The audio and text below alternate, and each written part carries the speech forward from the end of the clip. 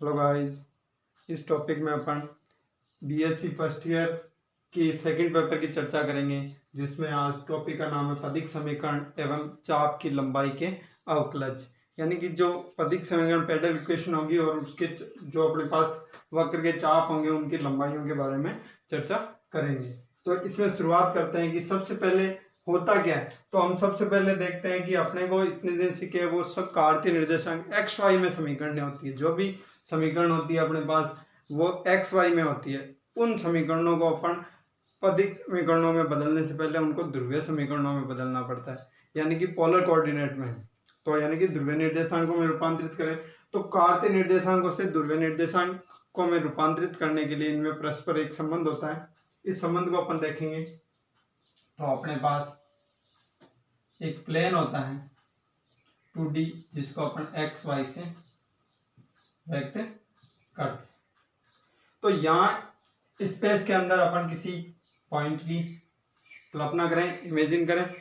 कोई बिंदु है अपने पास P, जिसके निर्देशांक है x और y। ध्रुवीय निर्देशांक इसके मान लेते हैं, इसके निर्देशांक है r और थीटा। तो एक्स वाई होगा वो तो इसकी, तो यहाँ से ये दूरी तो अपने पास x होगी और ये y होगी। ये तो अपने कार्तीय निर्देशांकों की बात होती है। लेकिन जब अपन ध्रुवीय निर्देशांकों में करते हैं इसको रूपांतरित, तो यहाँ से इस बिंदु की ओरिजिन पॉइंट से जो दूरी होती है उसको अपन रेडियस या आर से इसको व्यक्त करते हैं, ध्रुवांतर से। ठीक है। और जो ये इनिशियल लाइन जो ओ एक्स होती है अपनी प्रारंभिक रेखा, इससे ये ध्रुवांतर जो कोण बनाती है उसको अपन थीटा से व्यक्त करते हैं। तो इनके मध्य अब संबंध क्या होता है, तो अपन इस फिगर से बात करते हैं। तो मैं यहाँ बात कर लेता हूं। तो अपने पास सबसे पहले होता है तो त्रिभुज, एक समकोण त्रिभुज है, समकोण त्रिभुज पीटीओ में। पीटीओ के अंदर अपन देखते हैं एक्स वाई में, तो एक्स का संबंध हो जाएगा आर कोस थीटा। इसी प्रकार y का संबंध अपन लिखेंगे r साइन थीटा। अब इन दोनों संबंधों से r और थीटा का वापस x y के अंदर किस प्रकार होगा, तो समीकरण 1 का स्क्वायर करके 2 का स्क्वायर करके जोड़ देते हैं। तो अपने पास संबंध आएगा x square plus y square बराबर r square. Equation is third. ये तीसरा संबंध हुआ। फिर नेक्स्ट चलते हैं। तो समीकरण 2 में 1 का भाग लगा देते हैं, तो अपने पास आता है tan theta y upon x. जब इसको अपन सिंप्लीफाई थीटा की वैल्यू निकालनी होगी तो tan inverse y upon x. ये अपने पास चार फॉर्मूले होते हैं जो होते हैं कार्तीय निर्देशांकों से ध्रुवीय निर्देशांकों में संबंध। यानी कि इस प्रकार अपन एक बार और रिवाइज करें तो कार्तीय व ध्रुवीय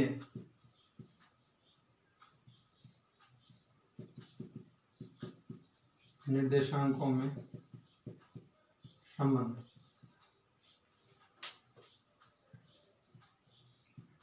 कौन कौन से हैं, तो अपन इनको देखते हैं। तो चार संबंध होते हैं। x बराबर r cos थीटा, y बराबर r sine theta, x square plus y square बराबर आर स्क्वायर, और तीसरा होता है थीटा बराबर tan inverse y upon x. तो ये अपने पास चार इक्वेशंस होती है जिनको अपन कार्टेशियन कोऑर्डिनेट से पोलर कोऑर्डिनेट में रिलेशन बोलते हैं। यानी कार्तीय निर्देशांकों से ध्रुवीय निर्देशांकों में संबंध होता है, वो इन चार समीकरणों से अपन व्यक्त करते हैं। अब देखते हैं अपन किसी एक ध्रुवीय निर्देशांकों के वक्र में। तो नेक्स्ट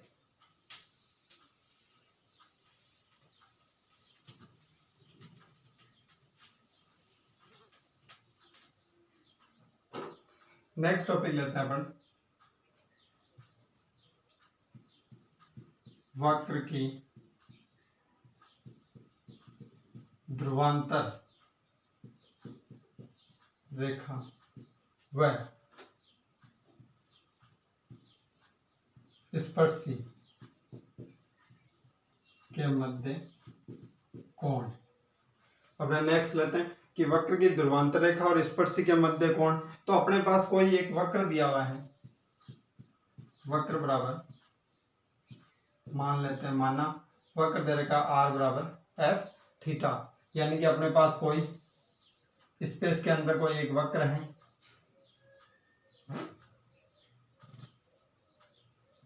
ये इनिशियल लाइन। तो इसकी ध्रुवांतर और इसकी स्पर्शी रेखा होगी, उनके मध्य संबंध क्या होता है वो अपन डिफाइन करते हैं। तो देखो कोई भी अपने पास सपोज करो यहाँ कोई बिंदु P है जिसके निर्देशांक r और थीटा है। तो इस बिंदु पे जो स्पर्श रेखा होगी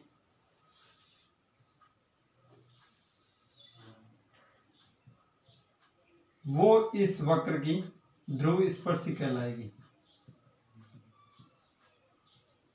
और जो इस बिंदु को मूल बिंदु से या ओरिजिन पॉइंट से मिलाएगा उनको मिलाने वाली रेखा होगी वो ध्रुवांतर कहलाती है। ये ध्रुवांतर रेखा कहलाएगी, ये ध्रुव स्पर्शी कहलाएगी। अब इनके मध्य कोण, तो ध्रुव स्पर्शी जो इनिशियल लाइन को जो कोण बनाती है वो कोण अपन व्यक्त करते हैं साई से, और ध्रुवांतर रेखा हमेशा इनिशियल लाइन से जो कोण बनाएगी उसको अपन व्यक्त करते हैं थीटा से, क्योंकि इसके निर्देशांक की पोलर कोऑर्डिनेट में r थीटा लेते हैं अपन।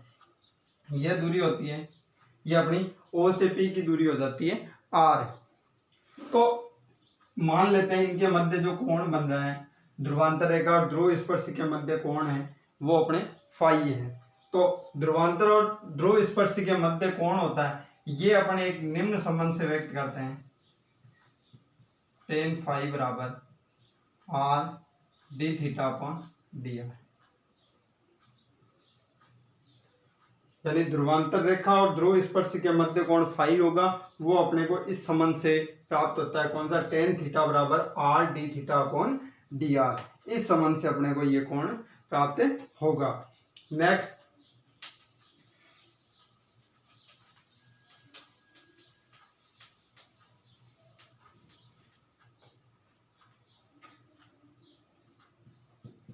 दो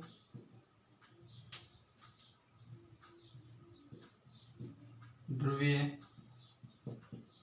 वक्रों के मध्य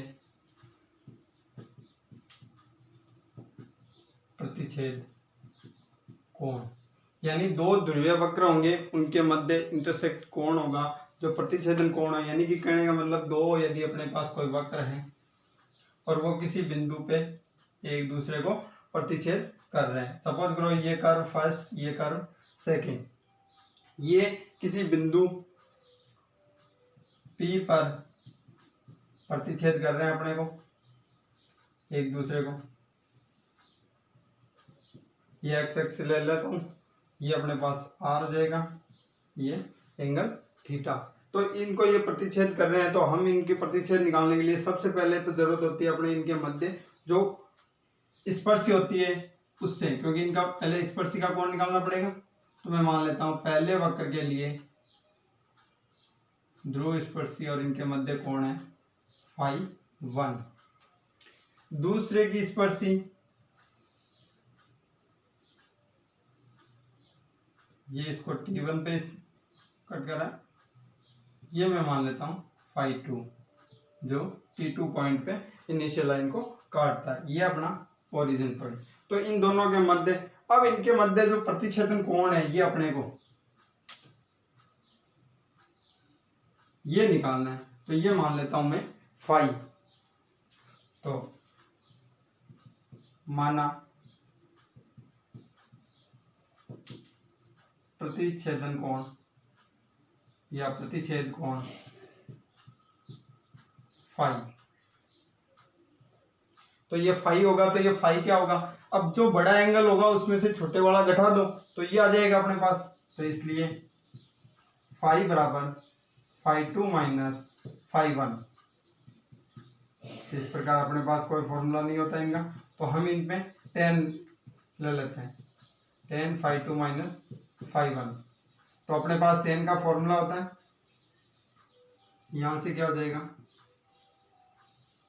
tan phi बराबर tan phi 2 minus tan phi 1 upon 1 plus tan phi 1 tan phi 2। ये अपने पास, तो हमें एंगल चाहिए फाई, तो फाई का एंगल क्या हो जाएगा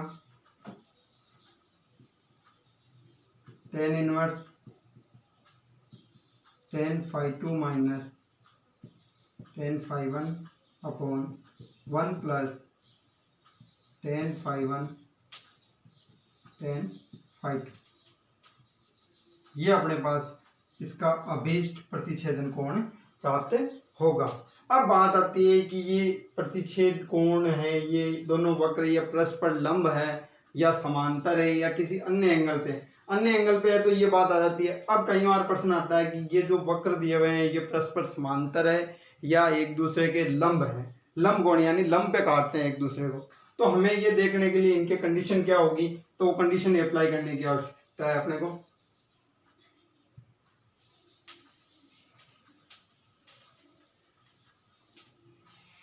तो पहली कंडीशन, जब वक्र परस्पर लंब हो, यानी कि ये दोनों वक्र हैं वो परस्पर लंब हो, तो उस स्थिति में जो प्रतिच्छेदन कोण होगा वो कितना हो जाएगा 90 डिग्री।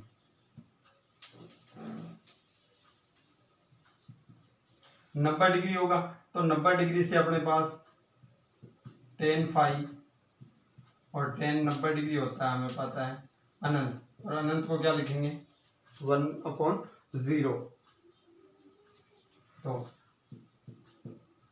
समीकरण 1 से, समीकरण 1 क्या है, तो यहां से देखेंगे तो tan थीटा का मान tan फाई tan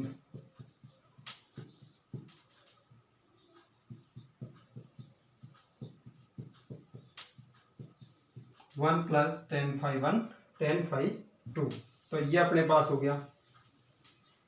तो यहां से इनकी वैल्यू रखते हैं, तो tan phi की वैल्यू है 1/0, तो क्या हो जाएगा tan phi 2 minus tan phi 1 upon 1 plus tan phi 1 tan phi 2, ये हो गया। अब हम इसका क्रॉस मल्टीप्लाई करते हैं, तो अपने पास क्या हो जाएगा tan phi 1 tan phi 2 plus 1 equal to 0।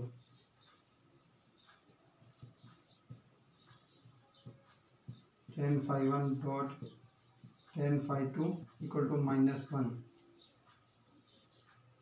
तो ये अपने अभीष्ट लंब कोणीयता की शर्त हो जाएगी।